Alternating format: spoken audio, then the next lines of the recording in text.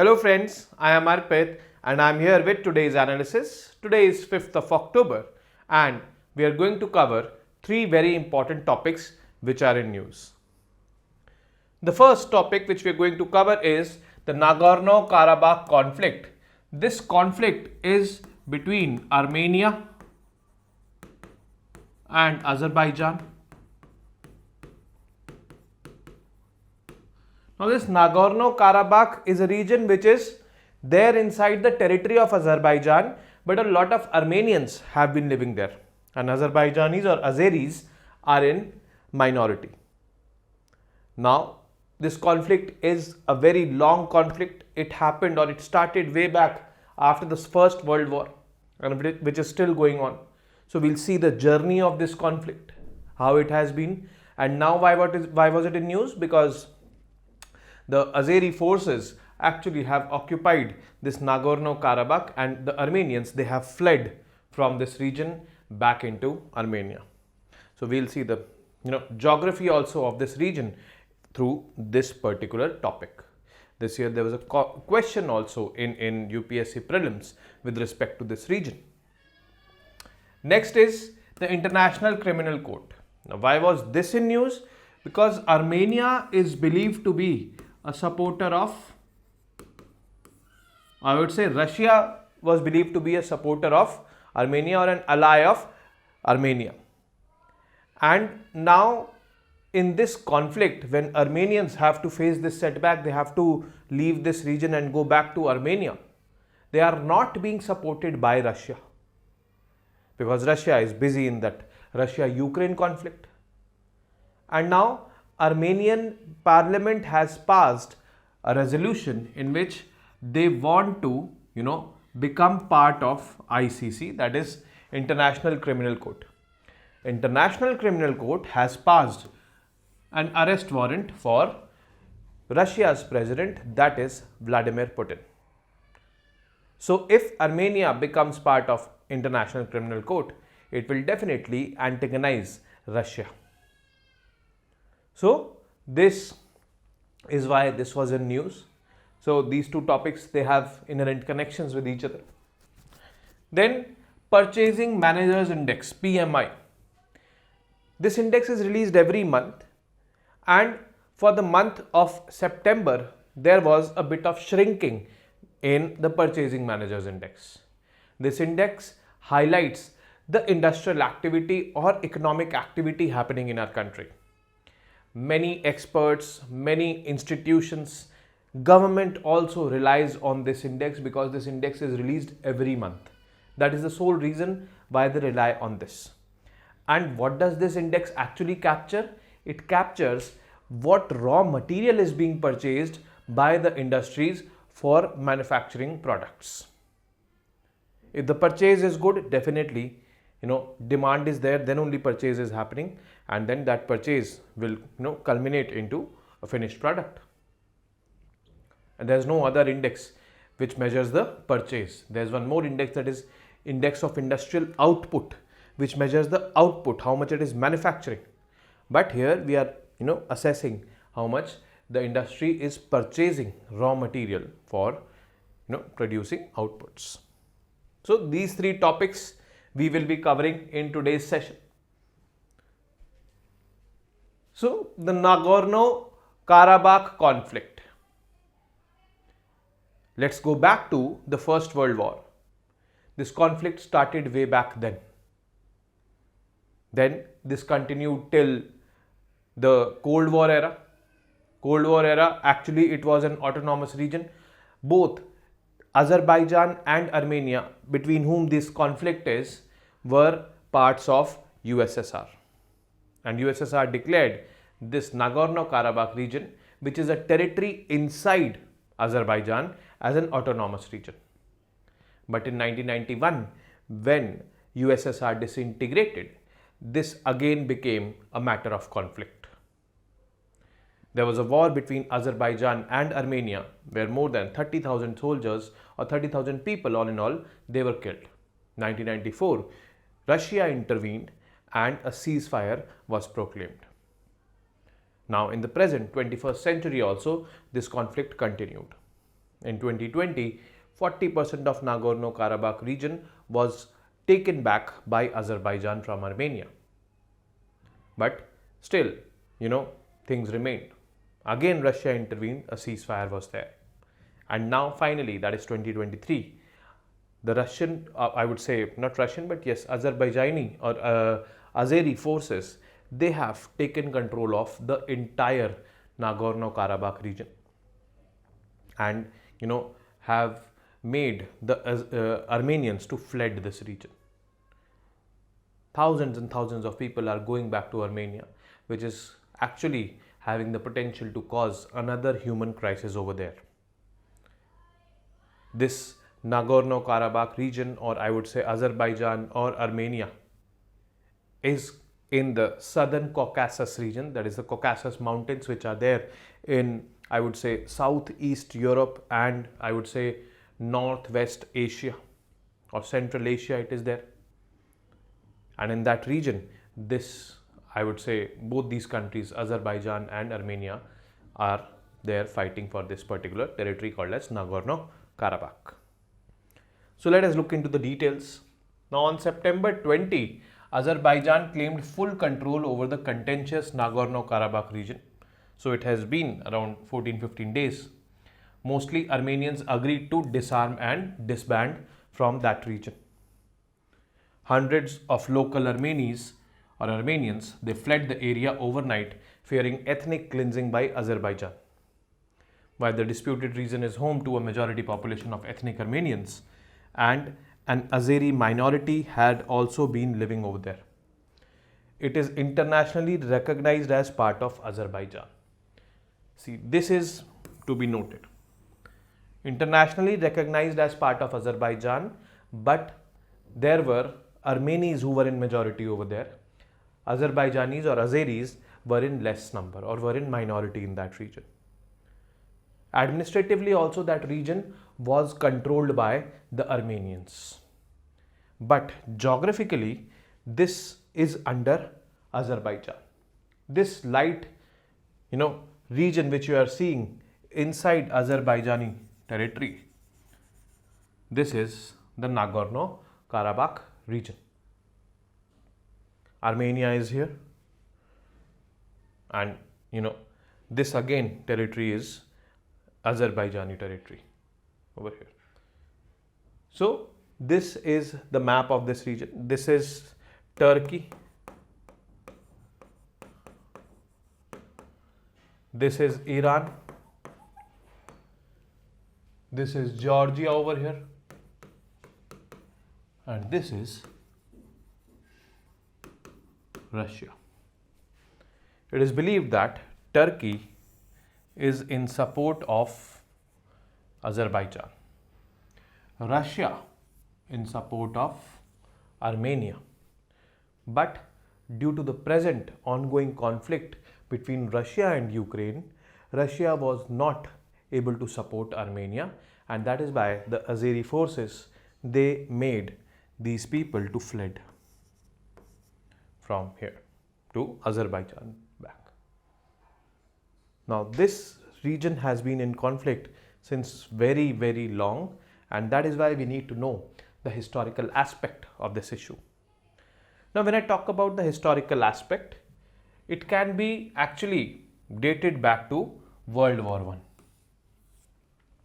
With the help of, I would say, Azeris. There was a conflict between Azeris and Armenians. Azeris means people of Azerbaijan. And this, when the Ottomans attacked the South Caucasus, Ottomans means the Turkish. The Ottoman Empire was a very big empire, right from, I would say, the 18th century till the early 20th century. It controlled vast areas in Southeast Europe and Northwest Asia, Central Asia. That entire, I would say, empire was called as the Ottoman Empire. And these Ottomans, they attacked South Caucasus. South Caucasus basically is the mountain range, Caucasus Mountains, which span from here. Like, if I talk about the this mountain range, this is here, Georgia, Armenia, Azerbaijan, and this was part of basically the Ottoman Empire, and Ottomans attacked South Caucasus during World War I with the help of Azeris. So Ottomans means Turkish with the help of Azeris, so Turkish in support of Azeris. Now also Turkey is supporting Azerbaijan, so there is historical connect.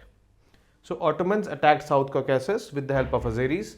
They targeted ethnic Armenians during this attack, and the conflict between Azerbaijan and Armenia descended into a full-blown war in 1920. This war incorporated the region into the Azerbaijan Democratic Republic. Incorporated the region means the Nagorno-Karabakh region. But this was, I would say, a matter of contention. So Nagorno-Karabakh is located between or within the international borders of Azerbaijan. It is in the South Caucasus region between Eastern Europe and Western Asia, spanning the southern part of Caucasus Mountains that roughly includes modern-day Armenia, Azerbaijan and Georgia. These three countries, which we saw through the map as well. Now the region during and after Cold War. Soon after, both countries became part of the Soviet Republic, and Nagorno-Karabakh was made an autonomous oblast. Autonomous oblast simply means administrative region. An autonomous administrative region in Azerbaijan's territory. When the Soviet Union was disintegrated in 1991, Soviet Union basically was having 15 republics, and two of them were Azerbaijan and Armenia. Both were part of USSR, and this Nagorno-Karabakh was an autonomous region, that was autonomous oblast it was called as. So when USSR disintegrated in 1991 and these 15 republics, they were forming their own countries. So was Azerbaijan and Armenia, and then a full-scale fighting again broke out between the countries as Armenian rebels declared Nagorno-Karabakh an independent territory. The war lasted till 1994 and killed around 30,000 people. In 1994, Azerbaijan and Armenia entered a ceasefire brokered by Russia. But international borders for the countries were not demarcated. A 4-day war again happened in the year 2016 with no resolution being arrived at. Then the 2020 episode, if I talk about 2020, the Azerbaijani President Ilham Aliyev launched an offensive to take Nagorno-Karabakh back, leading the country into a fierce war with Armenia that lasted 6 weeks and killed more than 2,000 people. The Azeri forces attacked Armenian defense and took back 40% of Nagorno-Karabakh in 2020. Then, after that was happened, Azerbaijan was backed by Turkey, as always, since history it is being backed, and Armenia's ally Russia did little to support Armenia. It helped broker a ceasefire in 2020, means nobody will fire. However, despite the ceasefire, Azerbaijan did not give up attempts to capture Nagorno-Karabakh. In December 2022, last year that is, it blockaded the Lachin corridor. Where is the Lachin corridor? I'll show it to you right now. It is that path which the Armenians used to reach Nagorno-Karabakh from Armenia. And it is that corridor from which they are fleeing now back into Armenia. So this is the, and it added to the miseries of Armenian people over there, because this Lachin corridor was being under control of this. Now this white portion which you are seeing is Armenia, this grey portion is Azerbaijan, and this red territory is Nagorno-Karabakh. And from this white portion, if we have to go to this territory, that is Nagorno-Karabakh, this small corridor which is there magnified, this black road which you are seeing over here is this Lachin corridor. This corridor was used by these Armenians to go and come from the Nagorno-Karabakh corridor. This Lachin corridor was actually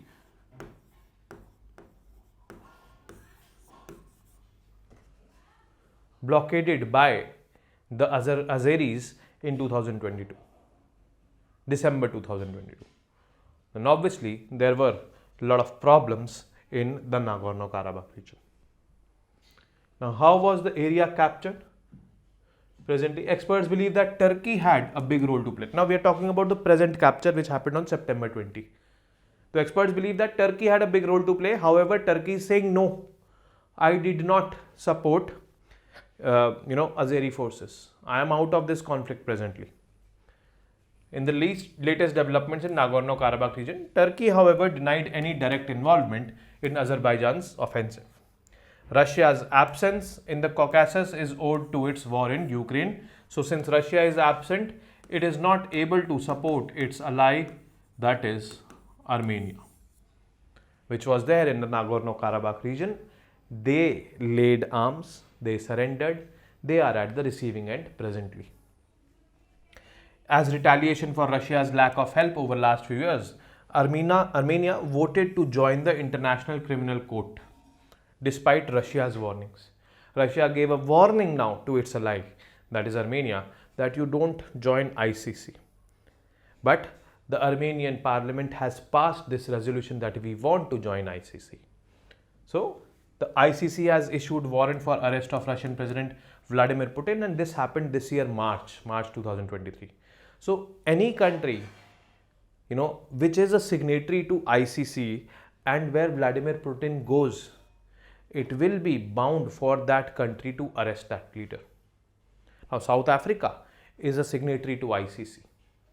That is why the president, that is Vladimir Putin, did not visit South Africa for this year's BRICS summit, because there would be obligation on South Africa to arrest Vladimir Putin, because South Africa is a member of ICC and ICC has issued an arrest warrant against Vladimir Putin. Now, Armenia wants to join ICC. Over 1 lakh ethnic Armenians from Nagorno-Karabakh region have fled to Armenia in the last 1 week. The WHO estimates this, and this exodus has triggered another humanitarian crisis in the region. This Western Asian region or Central Asian region already going through crisis, now another crisis. So, we need to look into this particular issue geographically, politically, geopolitically, and socially also. What social impacts it is going to have. So, I've tried to cover from all these 3 aspects this particular topic. And let's move to the next topic, that is International Criminal Court. As the name suggests, it is an international court which wants to uphold international law. Is it under UN? Is it a principal organ of UN? Or is it a specialized agency of UN or a related organization of UN? No, it is not. Aspirants or people generally confuse ICC, that is International Criminal Court, and ICJ, that is International Court of Justice. International Court of Justice is a principal organ of United Nations which resolves conflicts between 2 nations or 2 countries. They can approach ICJ. International Criminal Court basically issues, or I would say it adjudicates over, crimes committed by individuals, whoever that individual may be, whatever that individual position or whatever that individual may be holding the position right now. So, this is the difference first of all. However, one similarity is there, that both are headquartered in The Hague, Netherlands. So, don't get confused, names are quite similar, and headquarters is also same in the same city, that is The Hague, Netherlands. But yes, we should know the difference. First, ICJ is a principal organ of United Nations. ICC is not. ICJ adjudicates over conflicts between 2 countries. However, International Criminal Court adjudicates over crimes committed by individuals. So, let us look into it. Armenia's parliament votes to join ICC, straining ties with ally Russia. Now, we all know that why Armenia joining ICC, or how Armenia's joining ICC will strain its ties with Russia because ICC has issued an arrest warrant for the arrest of Mr. Vladimir Putin, who happens to be the president of Russia, and this arrest warrant was issued in this year, that is 2023 March. Let us look into the details about ICC. It is a permanent court to prosecute serious international crimes committed by individuals. This is one thing which you should know. It tries crimes such as genocide, war crimes, crimes against humanity and aggression. And arrest warrant for Vladimir Putin has been issued on these two grounds, genocide and war crimes. The court was established to fight global impunity and bring to justice criminals under international law regardless of the rank or stature. So it doesn't matter what rank or stature that person is holding, whether that person is a prime minister, president of any country, it doesn't matter. No one has immunity. If you have committed these crimes, genocide, war crimes, crimes against humanity, you will be arrested, or there will be arrest warrant issued to arrest you.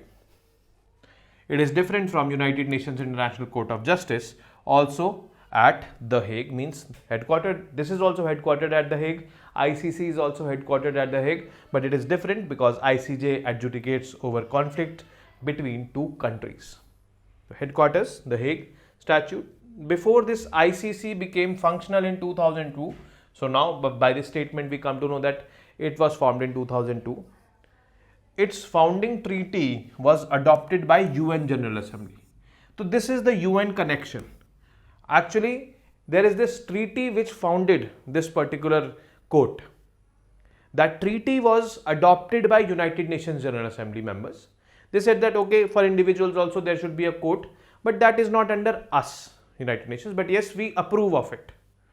So the United Nations General Assembly approved of it in 1998 in Rome, Italy, and thereby making it called as the Rome Statute.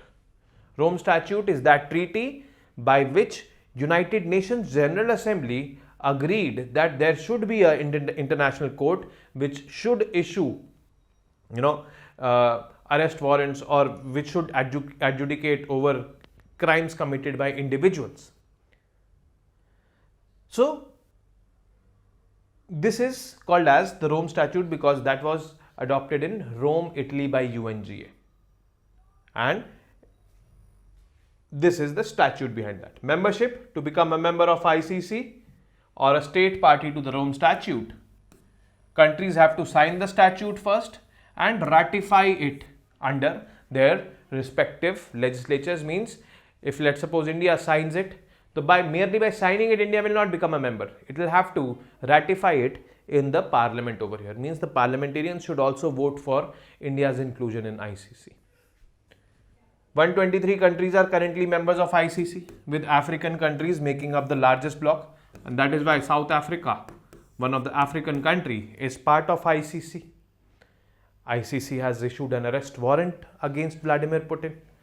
Now, it would be an obligation on South Africa, if Vladimir Putin lands on the soil of South Africa, to arrest him. That is why he did not come for that summit. So, it is like this. Notably, countries including India, China, Iraq, North Korea and Turkey never signed the Rome Statute. We are not party to it. There are many countries who signed it but never ratified it. These countries are US, Russia, Israel and Syria. They signed but never ratified it. So they will also not be called as members of ICC, I would say. Okay. So only 123 countries are members of ICC currently. How does ICC function? There are judges and prosecutors. The court carries out its investigation through the office of the prosecutor and has 18 judges. Both the judges and prosecutors hold non-renewable 9-year terms, means they will be elected for 9 years and that will not be renewable. Process: there are pre-trial, trial and appellate benches. So pre-trial, they try to resolve the conflict or they try to solve the cases before litigation, or it is also called as pre-litigation stage. If it does not get resolved, then litigation stage, trial happens. Whatever judgment comes in the trial, if it has to be appealed, then there are appellate benches also in the ICC. So 3 layers there are. The prosecutor conducts a preliminary examination in a matter before seeking permission from pre-trial judges to open a full investigation, and the initial examination must conclude that the crimes in question are of sufficient gravity, then only they will proceed. So this is how it functions. We now know the difference also between ICC and ICJ. The Purchasing Managers Index. For the month of September, the Purchasing Managers Index for India shrunk a bit. It was 58.6 in August and it became 57.5 in September. Now, what does this mean? This means that the growth of industrial output or industrial activity in our country has reduced. Why I am saying that growth has reduced? Now, this Purchasing Managers Index, there is a unique way of calculating it, and if this Purchasing Managers Index is above 50, means the economic activity is happening, the growth is happening. But if this reduces, the value reduces and stays above 50, like 58.6 to 57.5, means the economy is expanding but at a slower rate as compared to it was expanding in August. If this value would have been somewhere around 46, 45, below 50, then I would have said that economic activity is in negative growth, means whatever economic activity was happening in August, we are having less economic activity in September. But we are actually having more activity in September, but the rate of growth has reduced. This is the mathematics behind this Purchasing Managers Index. Another thing which we need to know about Purchasing Managers Index is that it is the only index which assesses the inputs taken by the industries. Inputs means the raw material the industries are purchasing for converting into output. From that raw material, from those purchases, we will be able to identify whether economic activity is there or not, whether demand is there or not, because there is an inherent assumption that if the companies are purchasing, definitely there will be demand, then only they are purchasing. And that is why Purchasing Managers Index. Who releases it? There is a private firm called as Standard & Poor's who releases it. Earlier, it was released by a company named as IHS Markit. This IHS Markit was taken over by Standard & Poor's, and after that, S&P is releasing it. The significance of this index: government agencies, many think tanks, many other organizations which are there, they rely on this index. Why? Because it is, first of all, monthly index. So it gives a real-time picture about the economic activity in the country. And second is that the findings are considered authentic. So there is much reliability on this. Now, manufacturing PMI slips to 5-month low. It is expanding, but yes, 5-month low is basically 57.5 is presently there, but it has dropped down from 58.6. For June, July months, it was above 60. It was somewhere around 60, 61. But now it has dropped down to 5-month low. Now, what is PMI? We need to understand this. Purchasing Managers Index is an economic indicator which is derived after monthly surveys of different companies. So, different companies means private companies are also there, government companies are also there. It is a monthly survey, means every month it is done. It measures activity at the purchasing or input stage. That makes it unique. In this sense, it is very different from industrial production, which is indicative of actual production. Example, the index of industrial production, IIP, measures the output. There are two types of PMI. First is manufacturing PMI and second is services PMI. So presently this manufacturing PMI is what has shrunk from 58.6 to 57.5. We're talking about this. The index shows trend in both manufacturing and services sector actually.